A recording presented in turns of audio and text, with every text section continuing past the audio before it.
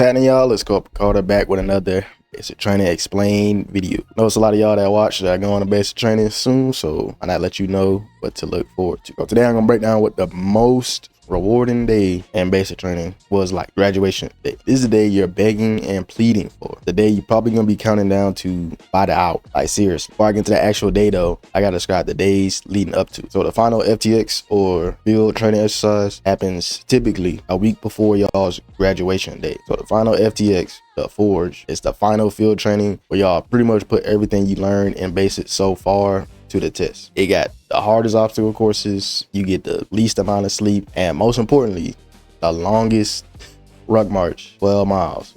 But after you complete that, you have a little ceremony at the butt crack of dawn, in which they give you this patch, the U.S. Army patch. This officially signifies that you are no longer a trainee. You're now a soldier in the U.S. Army. So for the next few days, it's going to be graduation rehearsals, final inspections, and overall like a rest and recovery days, because you are going to need to recover after that FTX. Not gonna lie to you. These are like the chillest days in basic training. Like drill sergeants stop yelling as much. They talk to y'all like you're humans. You get your phones back.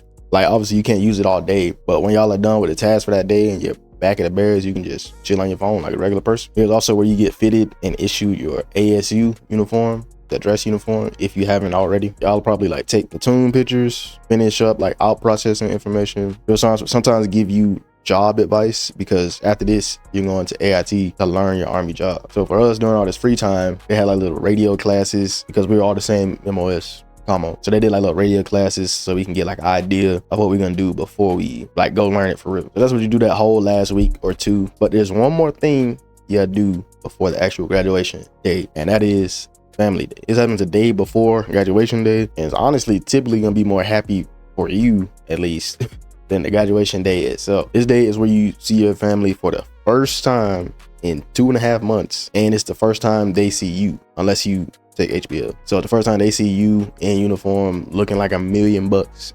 So typically family day you wear OCPs and your beret, and graduation day you wear ASU. Family day, y'all chill in the barracks until like 8 a.m. where your drill sergeant march you down to a parade field. On the march there, y'all gonna be singing cadence very loud and proud, because you know you're done with basic training, about to see your family. Like nobody sings cadence louder than some trainees who know they're about to graduate. So they march you to parade field that has all your families in the stands. Y'all in front of the stands in a formation. Y'all's commander might yap a little bit, like talk about how good of a job they did, and then they tell the families to come get your soldier. Families leave the stands and they come to y'all who are in formation looking like this. Hold up.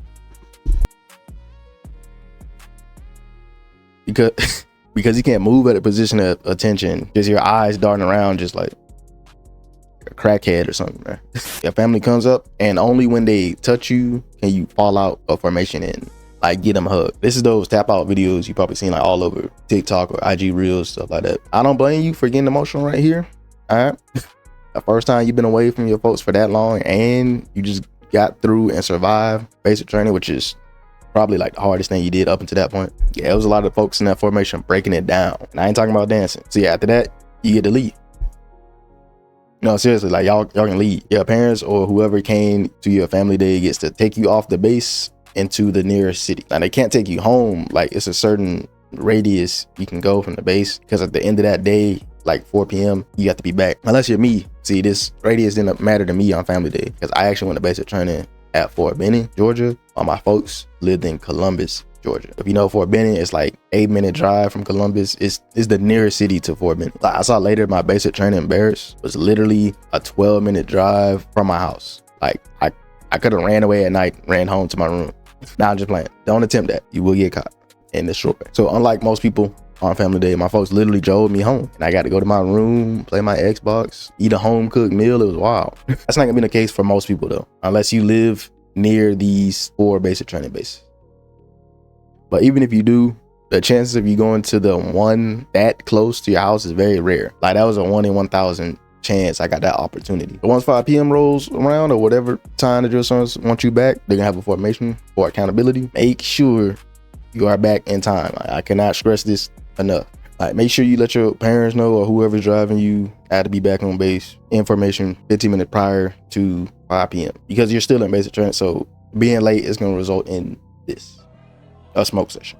yeah, it's still drill sergeants there who are gonna yell and smoke you, but this time in front of your parents and grandparents and wives. If you think they care that your family is right there watching you get screamed at, they don't. It's not the first. This actually happens every single cycle, to be honest. But don't be that guy, man. It's gonna ruin the positive vibes y'all been having the last few weeks. So that's the end of that day. Yo, family gonna stay at a hotel, or in my case, they went back to the house. The next morning is actual graduation day. Y'all pretty much do the same thing as the day before. Chill in the barracks until like 8 a.m. Everybody puts on their ASU uniform. Then again, this depends. It could be OCPs with the beret again. It depends on the base, what time of year you graduate, the weather. That's like the biggest one, the weather. If it's raining or something, they'll typically have you wear your OCPs so you don't come back looking like a soaked green rag. Y'all march down to the parade field, singing cadence again. At this ceremony, it's typically a lot more yapping. This one, depending on the base, will have a whole presentation, like commanders and other leaders giving speeches. They acknowledge the honor grads, all that kind of stuff. Meanwhile, you're gonna be standing there in formation, waiting for them to show up so you can go see your family and enjoy the rest of your day. Again, looking like this. So yeah, after the ceremony, they release you. You go hug your family again, and it's basically family day part 2. Like, y'all can go around posts, go to museums, PX, all that. There's gonna be some areas on posts where y'all obviously can't go because obviously it's still training going on for the other cycles, but they'll let y'all know beforehand. So for me personally, we drove into Columbus, walked around downtown, ate some good food for the first time in a while. By the way, these 2 days are gonna be the first time in a while that you had the freedom to eat whatever you want. A lot of folks, they splurge into like the candy restaurants, all that, because it's like first day out. Like first day out of prison type deal.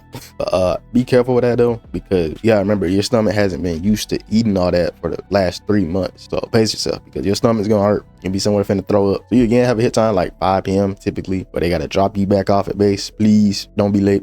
By the way, you're probably wondering, what if I didn't have like any family come down or on either of those days? Well, when you don't have someone come on base, they'll usually have y'all move out as a group to go see the base, the city, all that. Y'all can still go enjoy yourselves. You just have to move in a buddy team. So the drills will tell y'all exactly how many in a group and where you can go and all that stuff. So that's graduation day. And from there, you move on immediately to AIT, or Advanced Individual Training, where you learn your MOS, also known as job in the Army. For me, after we got back around 5, they did some last inspections, packing your bags and out processing, so we could get up that next morning and head out. Again, it was at Fort Benning. My basic was at Fort Benning, Georgia. So that next morning, they bussed us from Fort Benning to Fort Gordon, like 4-hour drive, and that was it for basic training. So that's how your graduation day will typically go.